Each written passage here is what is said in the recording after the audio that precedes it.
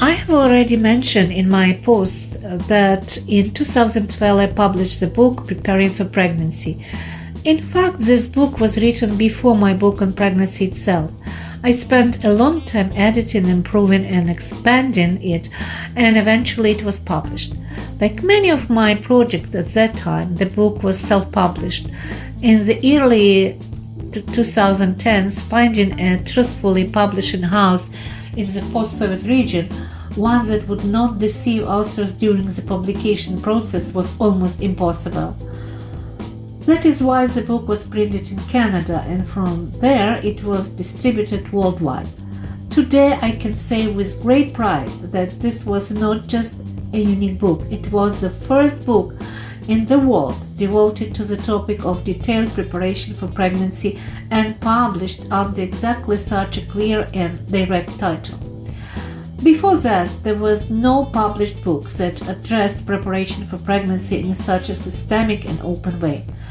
I did not create this book because preparation for pregnancy is inherently critical. Reproduction is a process given to us by nature, and under ideal conditions it does not require complex medical preparation. However, unfortunately, in the post-Soviet region, women have for decades, and still do, faced medical aggression, abuse, and have effectively become victims of numerous commercial diagnoses. Incidentally, the term commercial diagnosis was introduced by me.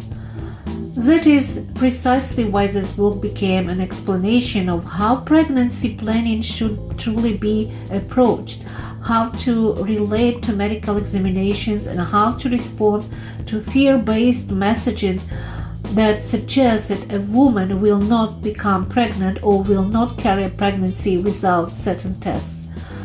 The book became popular quickly because it gave women what they had long been missing: clarity, calm, and support grounded in common sense and evidence-based medicine.